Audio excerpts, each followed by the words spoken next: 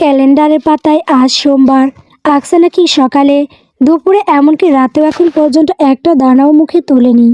খবরটা মেজবাহর কানে পৌঁছে দিল মিহি। আজও বিকালের দিকে এসেছিল ওর মায়ের প্রথমবার রান্না করা পেশওয়ারি বিফ দিয়ে যেতে।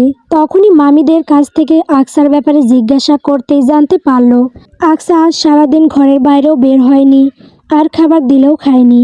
ডাইনিংয়ে ডেকেছিল সবাই খেতে, কিন্তু তখন বলল শরীর খারাপ লাগছে, পরে খাবে। এজন্য আরও ঈশা বেগম ছেলে বউয়ের খাবারের প্লেট সাজিয়ে তার ঘরের দিক দিয়ে আসলেন, কিন্তু পরে একটু প্লেট ধোয়ার জন্য নিয়ে আসতে গিয়ে দেখেন ও খাবার ছুঁয়েও দেখেনি। জিজ্ঞাসা করার বলল কিছু খেতে ইচ্ছে করছে না, পরে ভালো লাগলে খাবে। অনেকবার অনুরোধ করেও ওকে কিছু খাওয়ানো যায়নি। মেজবা আজ সারাদিন বাসায় ছিল না।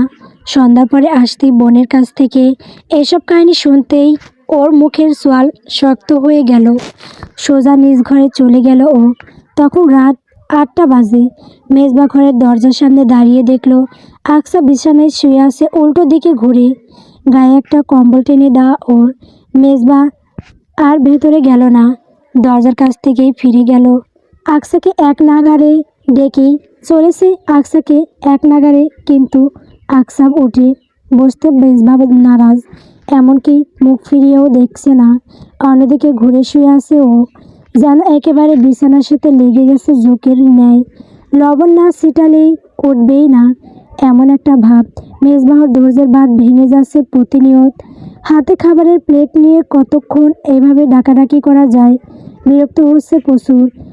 এদিকে ওর তাড়া আছে, বাইরে বের হতে হবে কিছুক্ষণের মধ্যেই। এইভাবে দাঁড়িয়ে থেকে তো সময় নষ্ট হচ্ছে। শেষমেশ বাধ্য হয়ে আকসাকে হাত ধরে টেনে উঠালো শোয়া থেকে। আকসা বুক কুঁচকে দেখলো ওকে, তবে মেজবা গ্রাহ্য করলো না। গা ছাড়া ভাব নিয়ে ওর সামনে বসে খাবারের প্লেট থেকে এক লোকমা ভাত মাংসের টুকরো মিশিয়ে ওর মুখের সামনে ধরে বলল খাও। আকসা সবে সবে মুখ অন্যদিকে ঘুরিয়ে নিল। অভিমান বড্ড বেশি হয়েছে বই কি। চোখে জল টলমল করছে ওর, যে কোনো সময় বিনা বাধায় গড়িয়ে পড়তে পারে। মেজবাকে মুখ ঘুরিয়ে নিতে দেখে পুনরায় বলল খাবার মুখে তুলতে বলেছি। প্রবলেমটা কি তোমার? গতকাল অন্ধের খোঁটা দিয়ে আজ আবার আসছে ভালো মানুষই দেখাতে। কথাটা বিড়বিড় করে বললেও মেজবাহর কানে ঠিকই পৌঁছালো। জবাবেও বলল খাবারের খোঁটা দেওয়া হয়নি তোমাকে। কেন যে ওই কথা বলেছিলাম সেটা বোঝার মতো বোধ বুদ্ধি তোমার থাকলে তো হতো। আকসা কোনো জবাব দেয় না। এডার রেক্টার মেজবা ওকে বোধ বুদ্ধিহান বলে দিল। আকসা চাইলেই বিপরীতে অনেক কিছু বলে দিতে পারত, তবে এখন তর্ক করার বিন্দুমাত্র ইচ্ছা নেই ওর। এদিকে আবার খিদেও পেয়েছে প্রচণ্ড, কিন্তু খাওয়ার ইচ্ছা নেই। মেজবা ওকে গো করতে দেখে এবার কিছুটা রড় সরেই বলল শেষবারের মতো খেতে বলছি, এরপর না খেলে তুলে আছাড় মারবো একটা। মেয়ের কাছে শুনেছ নিশ্চয়, ছোটবেলায় ওষুধ না খেতে চাওয়ার কারণে ওকে একবার তুলে একটা আছাড় মেরেছিলাম। সেটার কথা এখনো ভোলেনি। তুমিও কি এক্সপেরিয়েন্স নিতে চাও? হ্যাঁ, মিহির কাছে এই কাহিনী শুনেছে আকসা।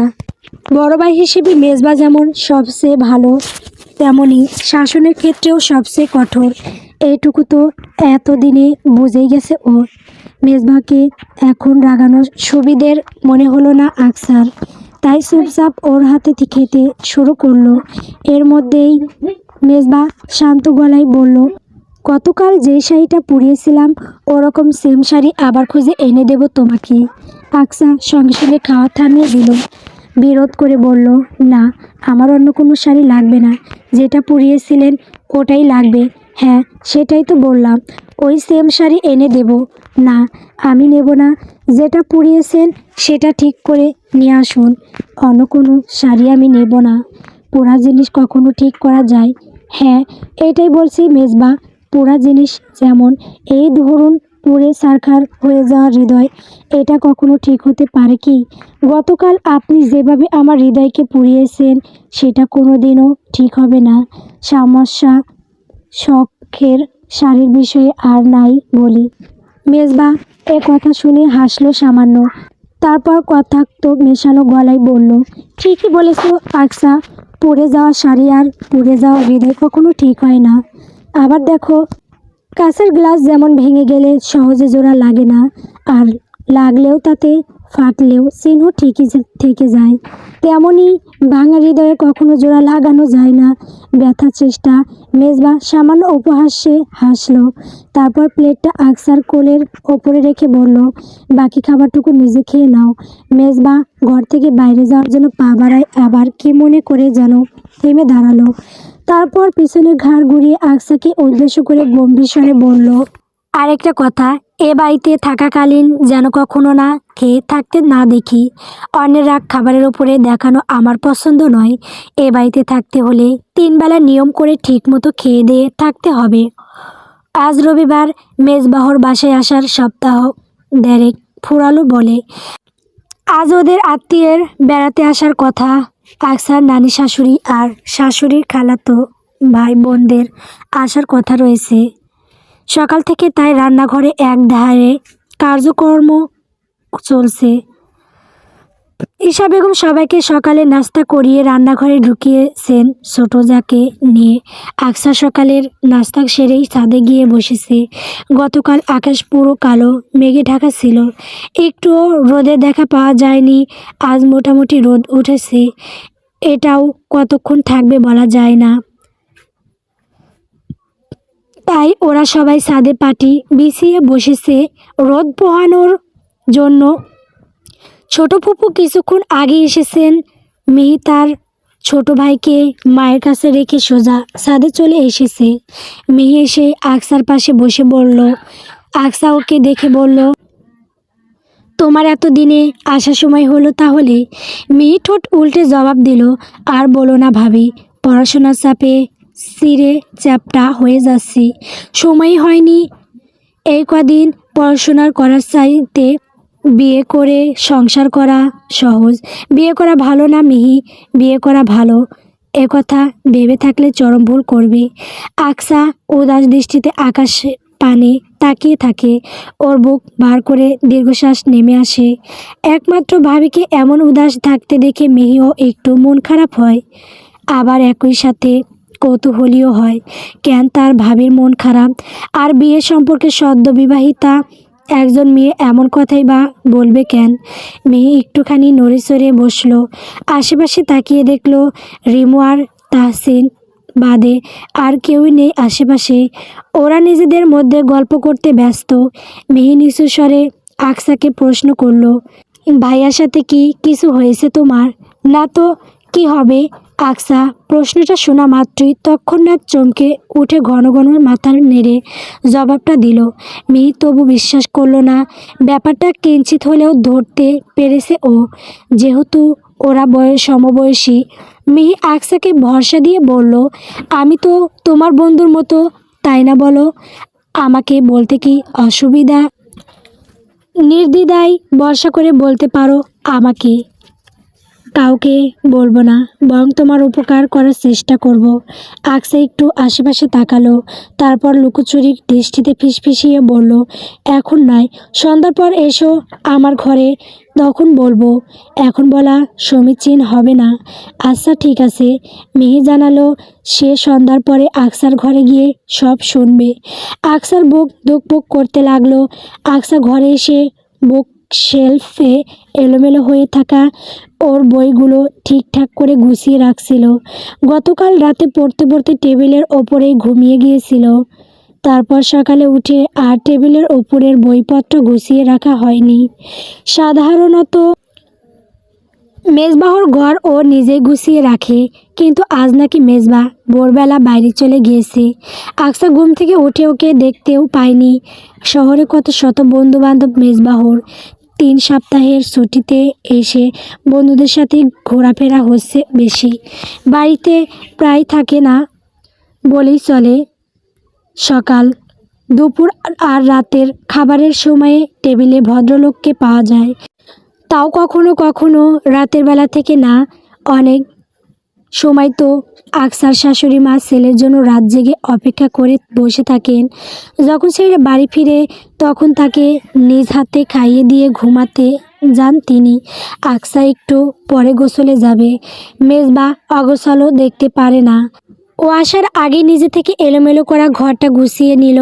ড্রয়ারের কাছে এগিয়েছিল জামা কাপড় নেওয়ার জন্য। তখনই ঘরে মেজবাহর প্রবেশ ঘটল। মেজবা তড়িঘড়ি করে এগিয়ে এসে ঘড়ি দেখে বলল, 10:30 বাজে। 12টার মধ্যে গোসল করে রেডি হয়ে থাকবে। মামুনি বলেছে আজ তোমাকে শাড়ি পরতে।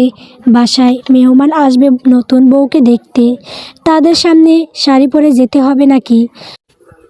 আকসা আস্তে করে মাথা নেড়ে হ্যাঁ বোঝালো।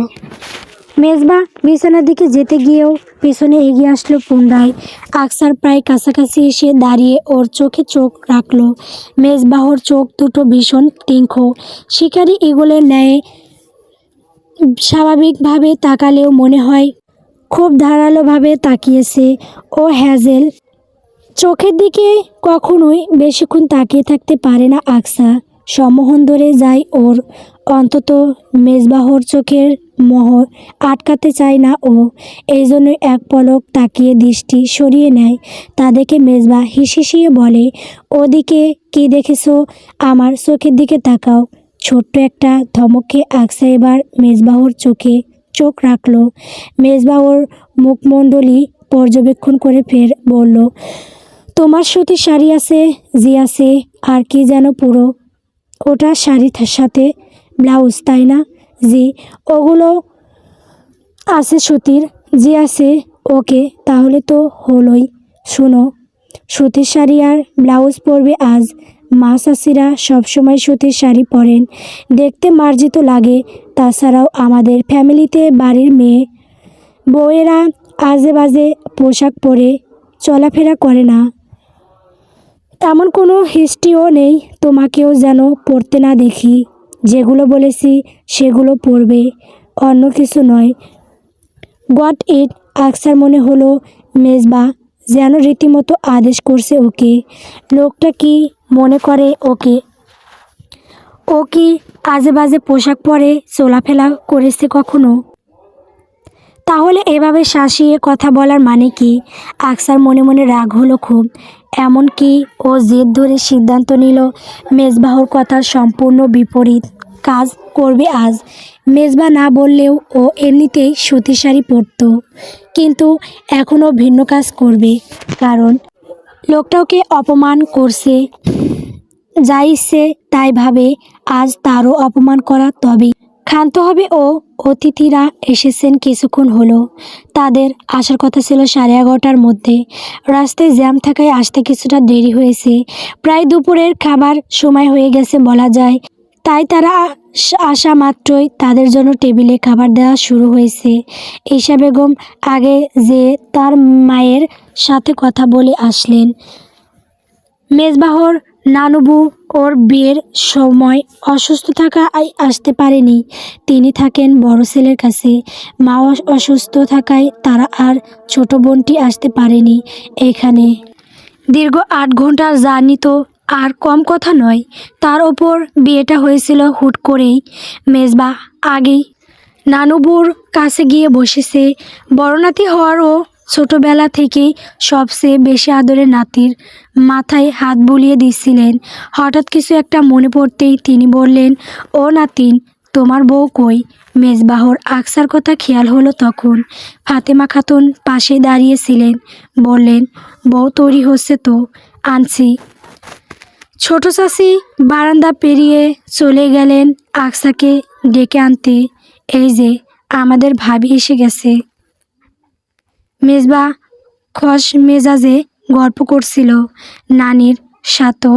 ভালোই নিয়ম। গলা শুনে পিছনে ঘুরে বারান্দা থেকে ড্রয়িং রুমে ঢোকার যেই দরজা সেদিকে তাকালো। তাকাতেই সঙ্গে সঙ্গে মেজবাহর রক্ত গরম হয়ে গেল। ওর সামনে আকসা দাঁড়িয়ে আছে একটা কালো রঙের নেটের শাড়ি পরে। ব্লাউজটা শর্ট স্লিভ, তার বাইরে হাতের চিকন বাহু দেখা যাচ্ছে। ফর্সা শরীরটা যেন কালো রঙের ছোঁয়া পেয়ে আরও বেশি ফুটে উঠেছে। মুখে হালকা পাউডার আর ঠোঁটে গাঢ় মেরুন রঙা লিপস্টিক। ওই গাঢ় ঠোঁট দেখে এবার মেজবাহর মাত্রা অতিরিক্ত গরম হয়ে গেল। আকসার দিকে একবারে বেশি তাকানোর মুশকিল। ওর দিকে তাকালেন মেজবাহর বারবার রক্ত গরম হয়ে যাচ্ছে। আকসা মেজবাহর ওই তীক্ষ্ণ ধাঁধালো চাহনি দেখেও কোনো তোয়াক্কা না মাথায় কোনো রকমে শাড়ির আঁচলটা টেনে সামনে এগিয়ে এসে মিষ্টি এসে সালাম দিল।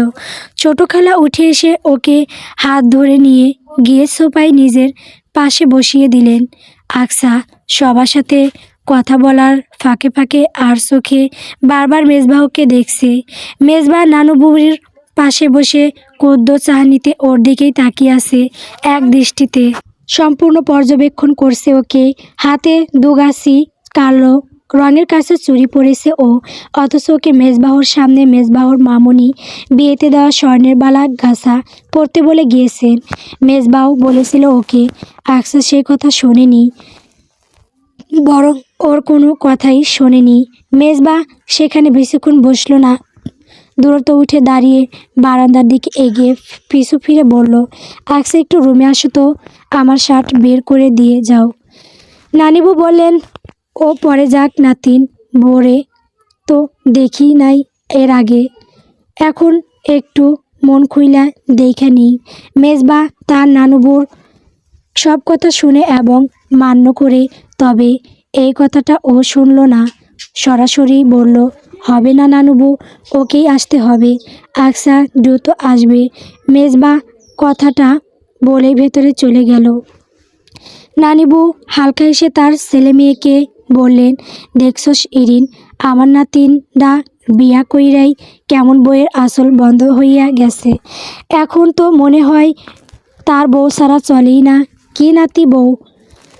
আকসা দরজার কাছে দাঁড়িয়ে উকি দিল। মেজবা ঘরের ভেতরে রয়েছে। দেখা গেল ড্রয়ার খুলে সব ঘাটাঘাটি করে কি যেন খুঁজছে ও। কিছুক্ষণ আগে একটা অফ হোয়াইট টি শার্ট পরিহিত ছিল ও, এখন সেটা খুলে রাখা, পরনে শুধু একটা জলপাই রঙের স্যান্ডো গেঞ্জি এবং কালো ট্রাউজার। আকসা দরজার একটা টোকা দিয়ে নিজের উপস্থিতি জানান দিল, তবে মেজবা তৎক্ষণাৎ ঘাড় ঘুরিয়ে দেখল না ওকে। আকসা ধীর পায়ে ঘরের মধ্যে প্রবেশ করলো, বিছানার কাছে এগিয়ে গিয়ে উঠে বসলো ওপরে। মেজবা হঠাৎ ড্রয়ার বন্ধ করে দিল, তারপর গটগট পায়ে হেঁটে গিয়েছে ঘরের দরজা বন্ধ করে দিয়ে আসলো। দরজা বন্ধ করার শব্দে এতটাই জোরে হলো যে আকসা কিঞ্চিত কেঁপে উঠল। ও গুটিসুটি মেরে বসে মেজবাহকে দেখতে লাগলো। মেজবা টেবিলের ওপরে ছড়িয়ে রাখা কাগজগুলো একত্র করে গুছিয়ে রাখলো। এরপর সোজা এসে আকসার সামনে বসলো, ঠিক ওর মুখোমুখি। আকসা চোখের পলক ফেললো না, এক ধ্যানে দেখতে লাগলো মেজবাহকে। লোকটা যে কি বলে কি করে কিছুই আগে থেকে আন্দাজ করতে পারে না আকসা। ও চিকন স্বরে জিজ্ঞাসা করলো, আমাকে এখন রুমে ডেকেছেন কেন? বাইরে তারা নানান কথা বলছিল এই নিয়ে। বলুক। মেজবাহর গম্ভীর কণ্ঠস্বর আকসার কেমন যেন ঠেকলো। ও পুন্ডায় কিছু বলার আগেই মেজবা বলে উঠল, তো আকসা, তোমার কি এ ধরনের শাড়ি পরতে খুব বেশি ভালো লাগে? আকসা এক মুহূর্ত থমকালো। মেজবা ওর দিকে শক্ত চাহনিতে অপলক তাকিয়ে আছে। ওর দৃষ্টি আকসার উপর থেকে সরছে না। আকসার আসলে এই ধরনের শাড়ি পরতে ভালো লাগে না, আর এর আগে কোনো দিন নিজ ঘরের বাইরে পরাও হয়নি ওর। এ ধরনের শাড়ি কালেকশন ওর খুবই কম, যে দুই তিনটে আছে সবগুলোই উপহার পাওয়া। আকসার যে এসব শাড়ি পরতে একটুও ভালো লাগে না, বরং অস্বস্তি লাগে, একথা সে সম্পূর্ণ অস্বীকার করে গেল। বরং খুবই গর্বের সহিত স্বাভাবিক স্বরে বলল, হ্যাঁ, খুবই ভালো লাগে, একটু বেশি ভালো লাগে এমন নেটের শাড়ি পরতে। ওকে, পরো এমন শাড়ি, কোনো অসুবিধে নেই, কিন্তু আমার বাড়িতে তুমি এইসব শাড়ি পরতে পারবে না। পরতে হলে এই বাড়ি থেকে বেরিয়ে তারপর পরবে। ওকে? কেন? মেজবাহর আঙুল উঁচিয়ে রর গলায় শাসিয়ে বলার পরও আকসা ঘাড় তেরামি বশত প্রশ্নটা করে বসলো। তৎক্ষণাৎ সেই মুহূর্তে আচানক ওর কোমর জড়িয়ে ধরে কাছে টেনে আনলো মেজবা। এরপর দাঁতে দাঁত পিষে হিসিয়ে বলল, কেন তুমি বোঝো না? সব কিছু বুঝিয়ে বলতে হবে তোমাকে? শাড়ি পরেছ এত খোলামেলা, তার ওপর শর্ট সিল্ক ব্লাউজ, কিছু না পরলেও তো চলতো, পরেছ কেন? লজ্জায় আকসার কান গরম হয়ে গেল এমন কথা শুনে। ও আউটউড হয়ে বলল, সি, এসব কি কথা বলছেন আপনি? ঠিকই তো বললাম। শুনতে খারাপ লেগেছে বুঝি? তুমি এমন খোলামেলা শাড়ি পরতে পারবে, অথচ কেউ কোনো ফিডব্যাক দিতে পারবে না? মামা বাড়ির আবদার পেয়েছো? কথাটা বলেই আকসার কোমরে আরেকটু চাপ প্রয়োগ করে সম্পূর্ণ নিজের সাথে মিশিয়ে নিল মেজবা। এবার আর সামান্য দূরত্ব বাকি রইল না ওদের মাঝে। আকসার দম বন্ধ লাগছে।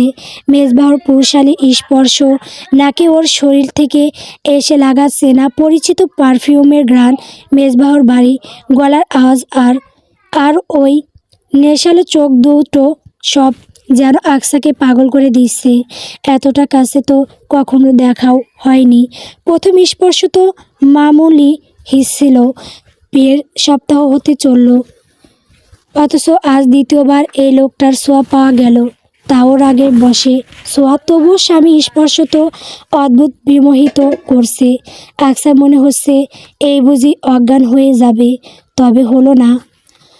মেজবাহর পরবর্তী কথাগুলো শোনার জন্য বোধহয় অজ্ঞান হতে পারল না। মেজবা আরও বাড়ি স্বরে বলল, কমপ্লিমেন্ট পাওয়ার জন্য তো এই শাড়ি পরেছো, তাই না? ওকে, দিচ্ছি তোমাকে কমপ্লিমেন্ট। মেজবা একটু থেমে নিঃশ্বাস ফেলে তারপর বলতে শুরু করলো, এই যে শাড়ি পরেছো না, এতে তোমার শরীরের প্রতিটা ভাঁজ স্পষ্ট বোঝা যাচ্ছে। আমি 1 মিনিটে গুণে বলে দিতে পারবো ঠিক কতগুলো ভাঁজ আছে তোমার শরীরে। আর শর্ট স্লিভ ব্লাউজ, রাইট, হাতের এই যে বাহু, বুকের খোলা অংশ, গলা, এই সব কিছু পাগল করে দিতে পারে যে কেউ কাউকে। আপনি হয়েছেন পাগল। আকসার কি হয়েছে কে জানে? মেজবা ওকে এভাবে ক্রিটিসিজম করছে, তবুও ওর ঠোঁটের কোণে হাসি ফুটে উঠেছে। এক ধ্যানে তাকিয়ে মেজবাহর কথাবার্তা শুনছে, আবার বেহায়ার মতো বোকা বোকা প্রশ্ন করে বসেছে। মেজবা আকসার এই প্রশ্নে থেমে গিয়ে ভ্রু কুঁচকায়, তারপর পুনরায় বলতে শুরু করে, আমার ভাই, তোমার এসবের প্রতি কোনো ইন্টারেস্ট নেই, এজন্য আমি পাগল হইনি, আসলেই নেই। আকসার প্রশ্নে মেজবাহর কোনো হেলদোল হলো না, তবে আকসাকে ছাড়লও না। ওভাবেই চেপে ধরে রেখে দাঁতে দাঁত পিষে বলল, ফার্দার যেন আর এসব পোশাকে না দেখি, এটাই ফার্স্ট অ্যান্ড লাস্ট ওয়ার্নিং। এরপর কখনো দেখলে রাগের মাথায় কি করে বসবো নিজেও জানি না। বাসর করবেন? মেজবা বুক উচকে তাকায় আকসার বলা এমন বেহায়া কথা শুনি। কথাটা সম্পূর্ণরূপে এড়িয়ে বিছানা থেকে উঠে দরজার দিকে এগিয়ে গিয়ে রড়স্বরে বলে, যা বললাম মনে রেখো। নেটের শাড়ি খুব বেশি পরতে মন চাইলে এই ঘর অবধি সীমাবদ্ধ রাখবে, বাইরে যেন পা না পড়ে। পারলে কি করবেন? পা কেটে রেখে দেব। আকসার প্রশ্নের প্রতিউত্তরে কথাটা বলে হনহনিয়ে ঘর থেকে বেরিয়ে গেল মেজবা। দুপুরের খাওয়ার টেবিলে তখনও মেজবাকে পাওয়া যায়নি। মেজবা ওর ঘরে ছিল, কি যেন একটা জরুরি কাজ করছিল। মেহমানরা সবাই খাওয়ার পূর্বে শেষ করে ছাদে গিয়ে বসেছেন মেজবাহুর আব্বা, চাচা আর ফুপুদের সাথে। আকসাকে খাওয়ার টেবিলে জোরপূর্বক বসানো হয়েছিল, তাই ওর খাওয়া শেষ, কিন্তু ঈশা বেগম স্বস্তি পাচ্ছেন না ছেলে না খাওয়া পর্যন্ত। আকসার এ বাড়িতে টুকটাক কিছু জিনিসও কাজ বাদে আর কোনো কাজ করতে হয় না, তবু আজ মেহমান আসায় শাশুড়ি আর চাচি শাশুড়ির ওপর কাজের বেশি প্রেশার পড়ায় ও নিজেও জোর করে ঠেলে রান্নাঘরে ঢুকেছে। ঈশা বেগম ওকে বললেন, যাও তো মা, মেজবাকে ডেকে আনতে পারো কি না দেখো, ছেলেটা কাজ ছাড়া কিছু বোঝে না। দেখো, দুপুরের খাবার খাওয়ার জন্য তাড়া নেই ওর, তুমি একটু চেষ্টা করে দেখো মা, ওকে টেবিলে আনতে পারো কি না। আকসা ইতস্ত করলেও শাশুড়ি মায়ের কথা ফেলতে পারল না। ও ঘরে গিয়ে দেখলো মেজবা বিছানা ল্যাপটপে কিছু কাজ করছে এবং একই সাথে এক হাতে ফোন কানে নিয়ে কারোর সাথে কথা বলছে। দেখে মনে হচ্ছে খুব জরুরি কথাবার্তা চলছে। আকসা ঘরের ভেতরে প্রবেশ করলো, হালকা কাশি দিয়ে দৃষ্টি আকর্ষণ করে বলল, আপনাকে আম্মা খেতে ডাকছেন, আমার কাজ আছে, পরে খাবো। আকসা শাশুড়ি মায়ের কথা ভেবেই অনুরোধের সুরে বলল, কাজ তো পরেও করা যাবে, এখন খেয়ে নেবেন, চলুন। বললাম না লেট হবে, ডিস্টার্ব করো না। মেজবা বোধ হয় এখন কোনো কিছু নিয়ে ঝামেলায় আছে বা বিরক্ত রয়েছে, না হলে এমন অযথা ধমক এর আগে আকসা কখনো খায়নি। ধমকটা খেয়ে ও আর কোনো কথা বলল না, চুপচাপ ঘর থেকে বেরিয়ে গেল। দরজা বাইরে বেরোতেই ঘরের ভেতর থেকে বলাও কিছু কথা ওর কানে ভেসে আসলো। মেজবা কাউকে কলে বলছে, মিথিলা তুমি সমস্ত ডিটেলস বের করে আমাকে জানাও, আর রাতে আমাকে নক বা কল দিবে না, একটু ব্যস্ত থাকবো, আর ফোন আমার কাছেও থাকবে না। আকসা কৌতূহলী হলো, মেজবা কোনো মেয়ের সাথে কথা বলছে। কে সেই মেয়ে? আজ অবধি তো কোনো মেয়ের সাথে মেজবাহর পরিচয় আছে বা কথাবার্তা হয় এমন কিছু দেখেনি আকসা, বা কারো কাছে শোনেও নি। মেজবাহর কোনো মেয়ে ফ্রেন্ড নেই বলেই জানায় ও। তাহলে কে এই মেয়ে? আকসার জানতে ইচ্ছে হলো। ঠিক সন্ধ্যা করে মিহি বাইরের ঘরে এলো। আকসা তখন বেলকনির গাছে পানি দিয়ে সবে ঘরে এসে ফ্রেশ হয়ে বিছানায় বসেছে। মেয়েকে উপস্থিত দেখে ও বসতে বলল। ছোট চাচি এসে দুজনকে চা দিয়ে গেলেন। সাধারণত এ বাড়ির সন্ধ্যার পর ড্রয়িং রুমে আড্ডা বসে, ওটাকে চায়ের আড্ডাও বলা যায়। তবে মেজবাকে সাধারণত এই সময়ে বাড়ি পাওয়া যায় না, ও বাইরে থাকে। আজও বেরিয়েছে ইরফানের সাথে। আকসারা ঘরে ছিল বলে ছোট চাচি ওদের জন্য ঘরেই চা দিয়ে গেছেন। চা পান করতে করতে মিহি এবার আসল কথাটা পড়ে ফেলল। আকসাকে বলল, বলো ভাবি, তুমি কি বলতে চাইছিলে? আকসা নিঃস্বরে বলতে লাগলো, আসলে তোমার ভাইয়ের সাথে আমার ছোটোখাটো একটা ঝামেলা হয়েছে, আর উনি না কেমন মানুষ জানি, আমার দিকে ওনার কোনো খেয়ালই নেই। সারাদিন কাজ, বন্ধুবান্ধব আর আড্ডা এইসব নিয়ে থাকে, আমাকে দেখার সময় হয় না তার। অ্যারেঞ্জ ম্যারেঞ্জ বুঝলাম, সব কিছু মানিয়ে নিতে একটু সময় লাগবে, কিন্তু তাই বলে কি মানানোর চেষ্টাও করবেন না? চেষ্টা না করলে ফল পাওয়া যায় কখনো? একটা সম্পর্ক এগোনোর জন্য তো চেষ্টা থাকা জরুরি। এসব টুকটাক বিষ আদি নিয়ে ওনার সাথে আমার মনোমালিন্য চলছে।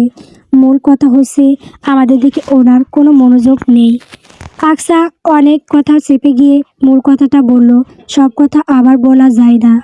মেজবাহর সাথে হওয়া ওর ঝামেলা, ওকে নিয়ে মেজবাহর মনের বিরূপ মনোভাব, বিগত দিনের সকাল ঘটনা, এগুলো সব এড়িয়ে গেল।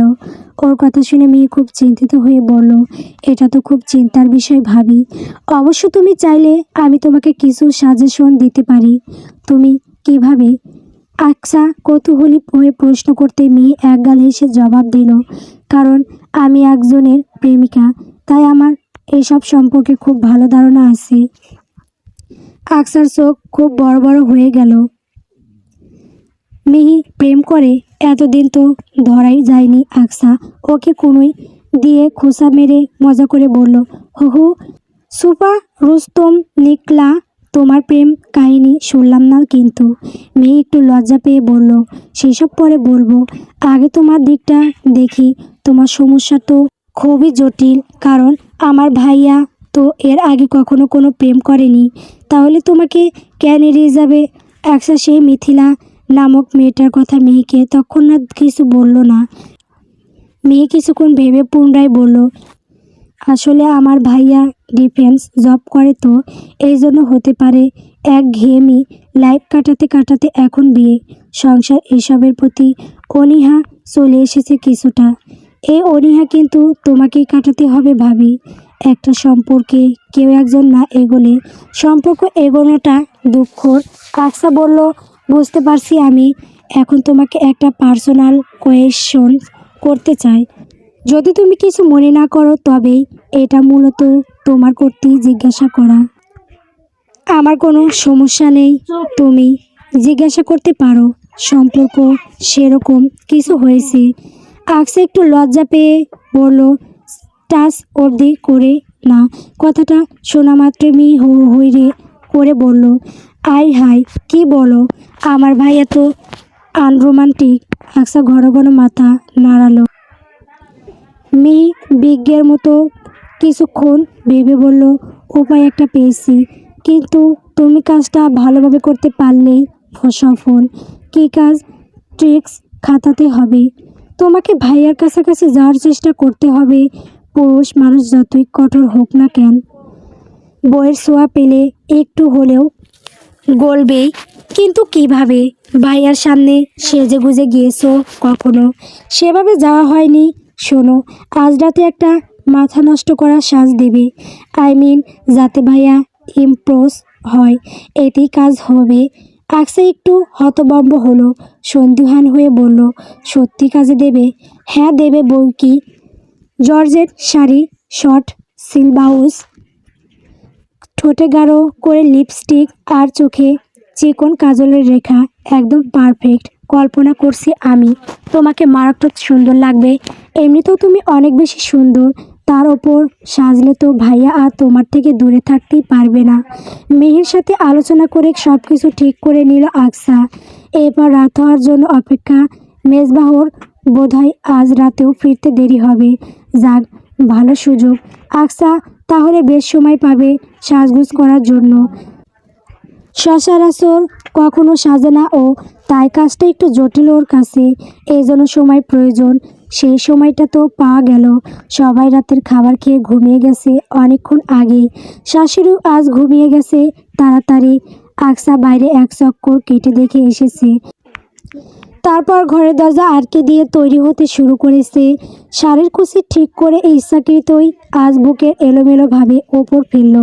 আঁচলটা ড্রেসিং টেবিলের সামনে বসে খুব নিপুণতার সাথে ঠোঁটে গাঢ় লাল খয়েরি লিপস্টিক দিল।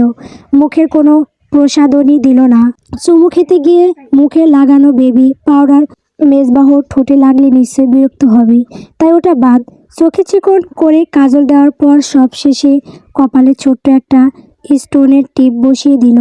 এরপর পিঠের উপরে চুলগুলো ছড়িয়ে দিল। ব্যাস, আকসার সাজ সম্পূর্ণ। এতে চোখ ধাঁধানো সুন্দর লাগছে ওকে। আর সাজগোজের প্রয়োজন নেই। মেজবা বলে দিয়েছে, নেটের শাড়ি ঘরের মধ্যে পরা যাবে, ঘরের বাইরে পা অবধি রাখা যাবে না। আকসাও তাই করেছে। এই শাড়ি পরে ও ঘরে বাইরে বের হয়নি। মেজবাহর কথার ও অমান্য করেনি। আকসা উঠে দাঁড়ালো তৈরি হওয়ার শেষে। কিছুক্ষণ ঘরময় পায়চারি করলো, আবার পুনরায় আয়নার সামনে দাঁড়ালো। নিজেকে দেখলো, আপাদমস্তক নিজেই মুগ্ধ হলো। মেজবাহর কি ভালো লাগবে? একটু হলেও লাগবে। কাছে আসবে মনে হচ্ছে তো, এবার আসবেই। কোনো অদৃশ্য শক্তি, ইগো, রাগ, ক্ষোভ আর বাধা হতে পারবে না। আকসা মনে মনে ভেবেই উৎফুল্ল হলো খুব। তোর সইছে না আর কখন যে মেজবা আসবে। ঘড়িতে সময় দেখলো আকসা, রাত প্রায় 1:15 বাজতে চলল। আকসা হতাশ হয়ে বিছানায় শুতে যাবে, তখনই বারান্দায় পায়ের শব্দ শোনা গেল। আকসার কান খাড়া হলো। ও সোজা হয়ে বসলো। শাড়ির আঁচলের কোনা ধারা মুখের ঘাম মুছে নিল। আতিপাতি করতে লাগলো, তখনই ভিজিয়ে রাখা দরজা কট করে খুলে গেল। আকসা ধীর দৃষ্টিতে সেদিকে তাকিয়ে রইল। বুক দৌড়ো দৌড়ো কাঁপছে ওর। এলইডি বাল্বটা আপাতত বন্ধ আছে, অন করা রয়েছে ডিম লাইট। মেজবা ঘরের ভিতর প্রবেশ করেই সে আলোতে দেখতে পেল বিছানার ওপরে আকসা বসে আছে বধূরূপে। এলোমেলো আঁচল, চোখে মুখে অস্থিরতা, ঠোঁট তীর তীর করে কাঁপছে, আর কপালের ওপরে কতগুলো ছোট চুল এসে খেলা করছে। মেজবা ধীরে ধীরে এগিয়ে যেতে লাগলো। ওর পায়ের কদম যত বেশি সামনে এগোচ্ছে, আকসা যেন তত বেশি আড়ষ্ট হয়ে যাচ্ছে। সৃষ্টিকর্তা জানেন আজ কি হবে। আকসা ধীরে ধীরে উঠে এসে দাঁড়িয়েছে মেজবাহর সামনে। মেজবা ওকে অপলক দেখছে। চোখের পলক পড়ছেই না ওর, তবে সেই দৃষ্টি দেখে ওর প্রতিক্রিয়া বোঝা যাচ্ছে না। আকসা কিছু বলতে চাইলো, তবে বলে ওঠার পূর্বেই মেজবা বাড়ির স্বরে জিজ্ঞাসা করলো, সেজেছো কেন? আপনার জন্য। আকসা কম্পিত স্বরে জবাব দিল, আমার জন্য। প্রশ্নটা করে ওর দিকে কয়েক পা এগোলো মেজবা। আকসা জি বলেন পেছাতে লাগলো। সামনাসামনি যথেষ্ট স্বাভাবিক থাকার চেষ্টা করলেও ভেতরে ভেতরে প্রচণ্ড রকমের মশরে পড়ছে ও। মেজবাহর সামনে খেয়ে হারাচ্ছে যেন। মেজবা গম্ভীর স্বরে বলল, আমার জন্য সেজেছো যখন, তাহলে পিছিয়ে যাচ্ছ কেন? আকসা কোনো জবাব দিতে পারল না।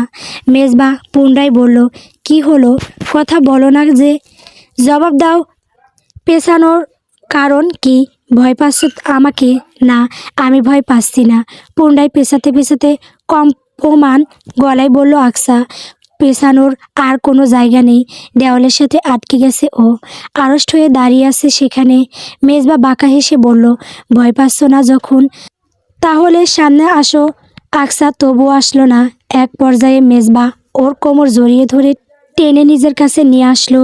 ওর থুতনিতে হাত রেখে মুখ তুলে ধরে চোখের দিকে তাকিয়ে বলল, খোলামেলা শরীর দেখানোর শাড়ি পরে ঘরের বাইরে পা রাখতেও নিষেধ করেছিলাম। যাক, তুমি আমার কথা শুনেছো, স্বামীকে ভয় করছো, এটা খুব ভালো ব্যাপার। Good girl. কথাটা বলেই মেজবা আর এক মুহূর্ত সময় ব্যয় করলো না। থুতনি চেপে ধরে রেখেই আকসার ছোটে চুমু বসালো। ঠোঁটের ফাঁকে এক জোড়া পুরুষালী ঠোঁটের স্পর্শ পেতেই আবেশে চোখ বুজে নেয় আকসা। মেজবা একটানা 3 চুমু খায়, আকসাকে ছাড়ে না, বরং আরও আষ্টে পিষ্টে পেঁচিয়ে নিজের সাথে মিশিয়ে নেয়। আকসার টাল সামলাতে না পেরে মেজবাহর গলা জড়িয়ে ধরে 2 হাতে মেজবাহকে নিজের পায়ের পাতার উপরে তুলে নেয়। সেখানে দাঁড়িয়ে থেকে আকসা আরও সহজভাবে চুমুটা উপভোগ করতে পারে। দীর্ঘ চুমুর পর এক পর্যায়ে আকসাকে ছেড়ে দিয়ে মেজবা ওকে দূরে সরিয়ে দিয়ে ভারী গলায় বলে, এনাফ, এবার গিয়ে ঘুমাও। না, আরেকটু। আকসা জেদ ধরে বলল। ওর কথার অর্থ বুঝতে মোটেও অসুবিধা হলো না মেজবাহর। ও ধমক দিয়ে বলল, তোমার সাথে কি রাসলীলা করছি আমি? দেখো, মাথা খারাপ করো না, প্রচণ্ড টায়ার্ড লাগছে, এখন ঘুমাতে দাও। আপনাকে এখন ঘুমাতে দেব না আমি। আপনি ঘুমাবেন না, তাহলে কি করব? যা করছিলেন। আকসা লজ্জা মিশ্রিত কণ্ঠে বিড়বিড় করে কথাগুলো বলল। হঠাৎ মেজবা বলে উঠল, তোমার সাথে এসব করার কোনো আগ্রহ নেই আমার, বিরক্ত করো না। আর এই যে সেই শঙ্খ সেজেছো না, এটা আগে উপরে ফেলো। মেজবা ফ্রেশ হয়ে এসে বিছানায় উল্টো হয়ে শুয়ে পড়ল। আকসা যেই জায়গায় দাঁড়িয়েছিল বেশ কিছুক্ষণ সেখান থেকে এক রক্তিও দূরে সরল না, ঠায় দাঁড়িয়ে রইল পাথরের মূর্তির ন্যায়। টপ টপ করে কয়েক ফোঁটা নীরব অশ্রু গড়িয়ে পড়ল ওর গাল বেয়ে। মেজবা ততক্ষণে ঘুমিয়ে গেছে। আকসা সেখানে দাঁড়িয়ে থেকে শাড়ির আঁচল একটানে খুলে ফেলল শরীর থেকে। তারপর ড্রেসিং টেবিলের ওপরে থেকে টিস্যু নিয়ে ঠোঁটের লিপস্টিক আর চোখের কাজল মুছে ফেলল। চোল খোপা করে নিল। মেজবাহর ঠোঁটের স্পর্শ বোধ হয় তখনও লেগেছিল ওর ঠোঁটে। আকসার ঠোঁট উল্টে কাঁদতে কাঁদতে আজ বিছানার এক কোণে গিয়ে ঘুমিয়ে পড়ল। বরাবরের ন্যায় মাঝখানে বর্ডার লাইন হিসেবে একটা কোলবালিশ দিয়ে দিল। আজ তাহসিন আর রিমোর স্কুল আছে, ওরা সকাল সকাল বেরিয়ে গেছে। আকসা বসে বসে বিরক্ত হচ্ছিল। কোনো কাজ নেই করার মতন, রান্নাঘরের কাজ তো ওকে করতেই দেওয়া হয় না। তাই আকসা সকাল থেকে একটা উপন্যাস পড়ছিল। নসিম হিজাজির লেখনী ওর ভীষণ প্রিয়। তার লেখা সবগুলো বই পড়া শেষ করেও পুনরায় পড়ছে ও। প্রতিদিনের ন্যায় আজও মেজবা বাড়িতে নেই, এখানে আছে আর সপ্তাহ দেড়েকের মতো। এই দিনগুলোতেও লোকটাকে কাছে পাবে কিনা সন্দেহ। মেজবা তো ওকে কাছে আসতে দেয় না, আর না তো নিজের কাছে টেনে নেয়। আকসা বসে বসে বিরক্ত হচ্ছিল। তখনই মিহির কল। ও কল রিসিভ করতেই মিহি ফিসফিসিয়ে বলল, ভাবি, আমার সাথে একটু যেতে পারবে এক জায়গায়? কোথায় যেতে হবে? ওর সাথে দেখা করব। ও আমাকে আয়োজন করে কখনো প্রপোজ করেনি, আজ করবে বলেছে, কিন্তু আমার একা যেতে লজ্জা লাগছে। তুমিও চলো না প্লিজ। আমি? হ্যাঁ তুমি। তুমি ছাড়া আর কেউ জানে না, তাই আমি কাউকে বিশ্বাসও করতে পারি না। তুমি থাকলে ভালোই হবে। আকসা চাপা গলায় বলল, কেউ যদি জানতে পারে? জানবে না। তুমি মিথ্যা বলে বের হবে, কিন্তু এখান থেকে বের হব কিভাবে? মামিকে বলবে যে তোমার বান্ধবীর সাথে দেখা করতে যাচ্ছ। আমি নিশ্চিত মামি তোমাকে বারণ করবে না। রিল্যাক্স, আসতে পারবে। ঠিক আছে, আচ্ছা তাহলে আমি রেডি হয়ে তোমাকে নিতে আসছি। বাসার নিচে দাঁড়িয়ে কল দেব, তখন তুমি বের হও। ওকে। আকসা কল কেটে দিল। মেজবা নাকি আজ দুপুরে বাসায় আসবে না, কোনো এক বন্ধুর সাথে বাইরে খাবে। আকসা নিশ্চিন্ত মনে বাইরে যেতে পারে তাহলে। ও বই বুকশেলফে রেখে ড্রয়ার থেকে নতুন জামা কাপড় বের করে ওয়াশরুমে চলে গেল। একবার গোসল করে তারপর বের হবে। মেয়ের সাথে একটা রোফটপ রেস্টুরেন্টে এসেছে আকসা। রেস্টুরেন্টটা চেনা ওর, বিয়ের আগেও কয়েকবার ফ্রেন্ডের সাথে আসা হয়েছে। ছেলেটার নাম তৌহিদ, দেখতে এবং আচরণে ভদ্রই। আকসাকে ভাবি বলে সালাম দিয়ে কথাবার্তা বলেছে। খুবই নম্র প্রকৃতির ছেলে, দেখে বোঝা যায়। মেয়ের জন্য তৌহিদ রুফটপের এক কর্নারে সুন্দর ডেকোরেশন করে সারপ্রাইজের ব্যবস্থা করেছে। আকসার অস্বস্তি লাগছিল ওদের মাঝে। কথাটা ও মিহিকে বলতেই মিহি তৌহিদকে বলে, তৌহিদ আমাকে বিপরীত পাশের আরেকটা টেবিলে বসার ব্যবস্থা করে দেয়। আকসা বসে বসে ফোন স্ক্রল করছিল, আর ওপাশে তৌহিদ আর মিহি গল্প করছে। মাত্র মিহি এসে কেক খাইয়ে দিয়ে গেছে আকসাকে। ওয়েটারের খাবারও সার্ভ করা হয়ে গেছে। আকসা প্লেটার শেষ করে সবে মিল্ক শেকে চুমুক দিয়েছে, তখনই পিছন দিকে ঘুরে তাকাইতে চোখ পড়ল দক্ষিণ দিকের একটা টেবিলে। মেজবা বসে আছে সেখানে, হাসি মুখে কথা বলছে টেবিলে। ওর সামনে চেয়ারে উল্টো দিকে মুখ করে বসে একটা ছেলের সাথে। আকসা তো চক্ষু চড়ক গাছ। ও একবার মেজবাকে দেখে পরপর মেয়েকে দেখলো। মেয়ে পিছন দিকে মুখ করে বসে আছে। মেজবা যেখানে বসা সেখান থেকে শুধু মেয়ের পিঠ দেখা যাচ্ছে, চেহারা নয়। তবে তৌহিদকে স্পষ্ট দেখা যাচ্ছে। যদিও মেজবা তৌহিদকে চেনে না, এটা চিন্তামুক্ত বিষয়।